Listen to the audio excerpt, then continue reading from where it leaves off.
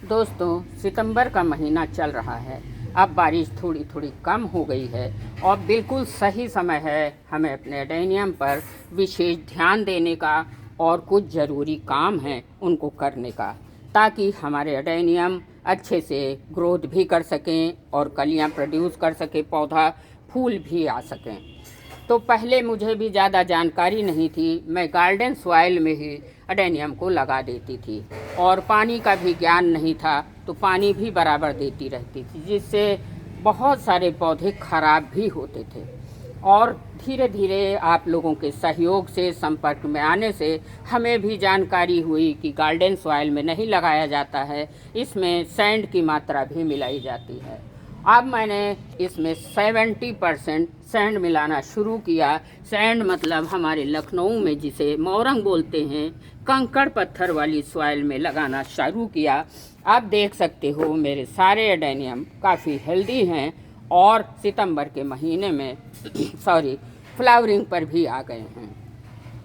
कई लोगों के कमेंट आते हैं कि मैम, आपके गार्डन के जैसे हमारे लोगों के यहाँ एडेनियम फ्लावरिंग नहीं करते हैं, क्या राज है? तो दोस्तों, मैं हमेशा समय समय पर मौसम के अकॉर्डिंग आपको जानकारी देती रहती हूँ। जैसे ही बारिश ख़त्म होगी, दिन में तेज़ चटकीली धूप आने लगेगी। धूप एडेनियम को बहुत पसंद है। उस दौरान एडेनियम में बड्स बनना स्टार्ट हो जाएंगे। जैसे ही बारिश के बाद धूप आएगी, आप देखेंगे कलियां बनना स्टार्ट हो जाएंगी, फ्लावरिंग भी आना शुरू हो जाएगी। ध्यान रखेंगे, अगर थोड़ी सी चीज़ों का आपको ध्यान रखना होगा, मैं गारंटी लेती हूँ कि आपके एडेनियम में भी इस तरह से अच्छे अच्छे रोज़ की तरह फ्लावरिंग होगी। जो बर्ड्स ड्रॉप की प्रॉब्लम, बहुत लोगों के कमेंट्स आए कि मैम, हमारी कलियाँ इस तरह से बनती तो हैं लेकिन खिलने से पहले ही गिर जाती हैं। तो अगर मैं जो तरीके बताऊंगी उसका फॉलो करेंगे तो आपकी जो कलियां गिरने की प्रॉब्लम है वो भी ख़त्म हो जाएगी। अब मैं एक बात आपको पहले भी बोल चुकी हूँ, अगर आपका एडेनियम 1-1.5 साल का है तो उस पर फ्लावरिंग का ज़्यादा फोर्स मत करिए। ये मेरा पौधा 1 ही साल का है और उस पर फ्लावरिंग स्टार्ट हो गई है, देख सकते हो आप, फ्लावरिंग भी आने लगी है। लेकिन अगर आप अपने पौधे की ग्रोथ तेज़ी से चाहते हैं, इतना हेल्दी चाहते हैं, तो फूल लाने की ज़्यादा कोशिश मत करें। फ्लावरिंग होगी, ज़रूर होगी। 2-2.5 साल के पौधे होंगे तो उस पर फ्लावरिंग आएगी। पहले पौधे को अच्छे से डेवलप हो जाने दीजिए। आज हम फिर से एडेनियम की ही चर्चा करने वाले हैं, क्योंकि टाइम एडेनियम का फ्लावरिंग का समय है। सितंबर, अक्टूबर, नवंबर, दिसंबर अच्छे से फ्लावरिंग होगी। एडेनियम है, अभी सितंबर में अगर आप में कली नहीं बन रही हैं, फूल नहीं आ रहे हैं, तो हम क्या करें? आपको बता दूं कि बहुत लो केयर प्लांट है, इसमें ज़्यादा केयर की ज़रूरत नहीं होती। एकदम मस्त मौला पौधा है, बिल्कुल हार्डी प्लांट है।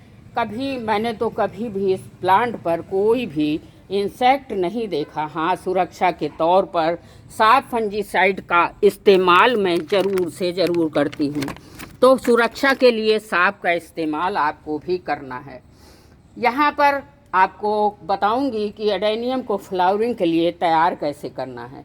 1 साल के अंदर ही पौधा अक्टूबर में पिछले साल अगस्त में लगाया था और ये फ्लावरिंग पर भी आ गया है। अब ये फ्रेंड, जो मेरे बड़े पौधे आप देख रहे हैं, लगभग ये 2.5-3 साल के पौधे हैं। कुछ पत्तियां पीली होकर झड़ गई थी, फिर भी पौधा एकदम स्वस्थ है, फिट है। अभी मेरे सारे के सारे पौधे फ्लावरिंग पर एक साथ आ गए हैं।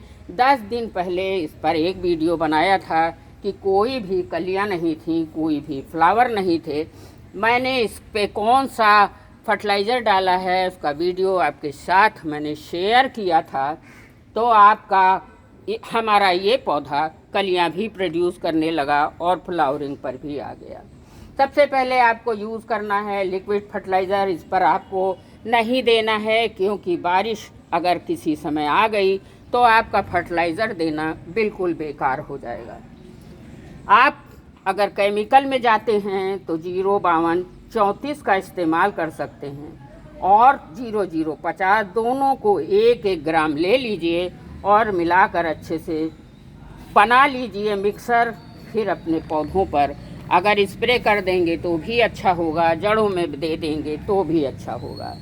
अब हम आ जाते हैं ऑर्गेनिक में। तो सिंपल तरीके से अपने एडेनियम को मैं नेचुरल तरीके से ही फ्लावरिंग लेती हूँ, वो है बनाना फील्ड फर्टिलाइज़र।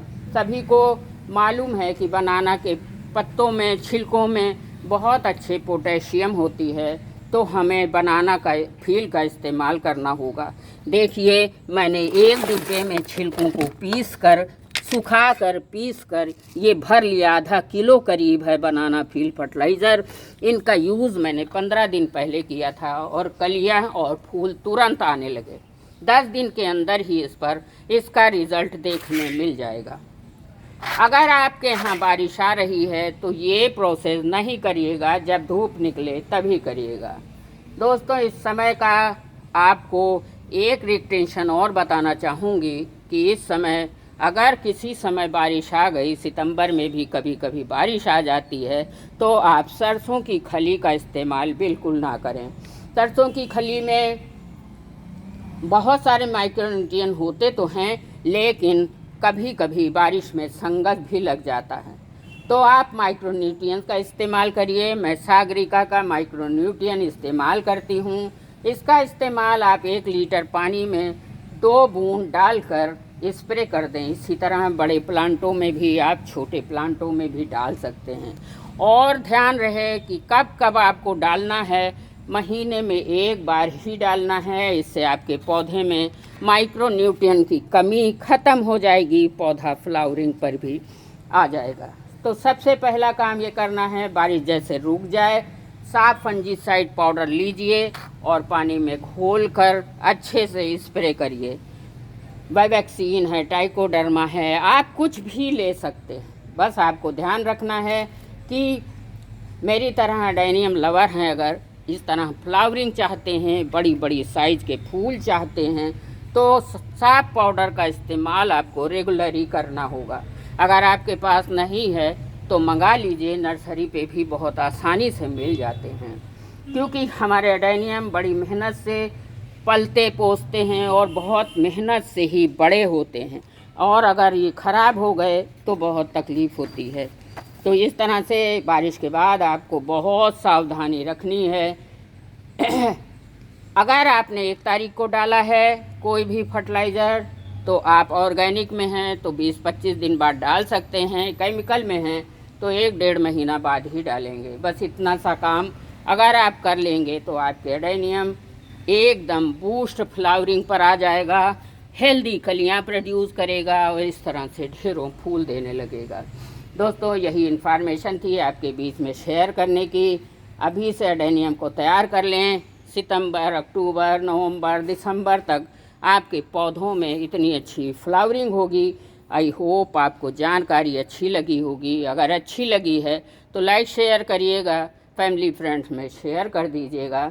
पहली बार जुड़े हैं तो हमें सब्सक्राइब भी कर लें, ताकि आने वाली वीडियो की जानकारी आपको मिलती रहे। बहुत बहुत धन्यवाद।